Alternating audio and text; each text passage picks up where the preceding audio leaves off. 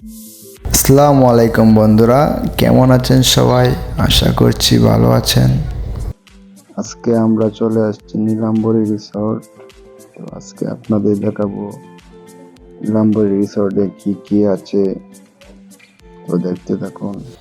তো আমরা প্রথমে চলে আসলাম গাজীপুর চৌরাস্তা। এখান থেকে একটা অটো নিয়ে চলে যাচ্ছি রিসোর্টের দিকে।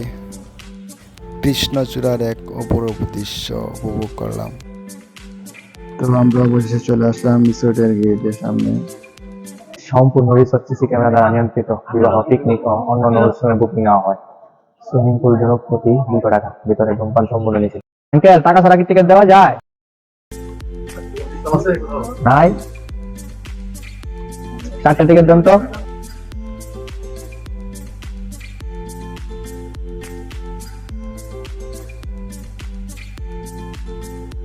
টিকিট নিয়ে নিয়েছি, এখন টিকিট ভাগ করে দেবো। এই যে দেন, মনে ভাবছিলাম মনে 1 থেকে 2বার দেবো দেবো, আমাদের টিকিটটা ছেড়ে দিয়েছে, এই জন্য আর ভিতরে প্রবেশ করে দেখতেছি অনেক সুন্দর দৃশ্য।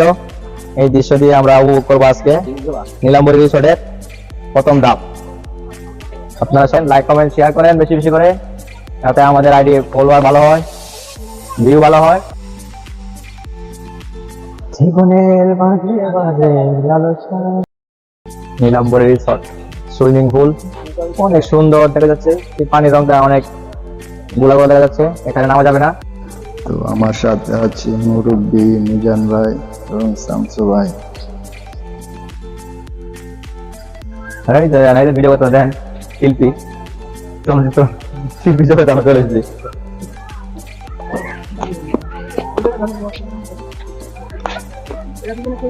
চলে আসছি অবশেষে নীলাম্বরী রিসোর্টে। সাধনার পর অনেক পথ পাড়ি দিয়ে চলে এসেছি আমরা নীলাম্বরী রিসোর্টে। আমরা ঘুরে ঘুরে দেখবো যে কি আছে না আছে। যদি ভালো লাগে আবার আসবো, আপনাদেরকে আসার আমন্ত্রণ জানাবো। আমাদের পাশে থাকেন আর দেখেন।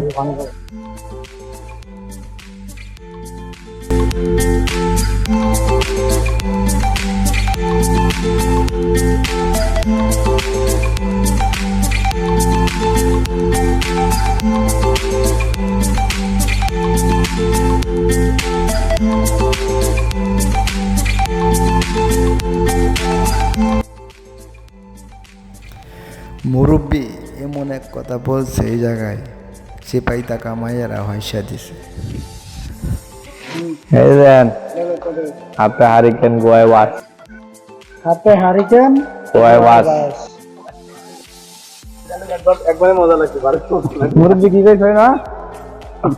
তেল নুন না তো হাতে হারিকেন সে না।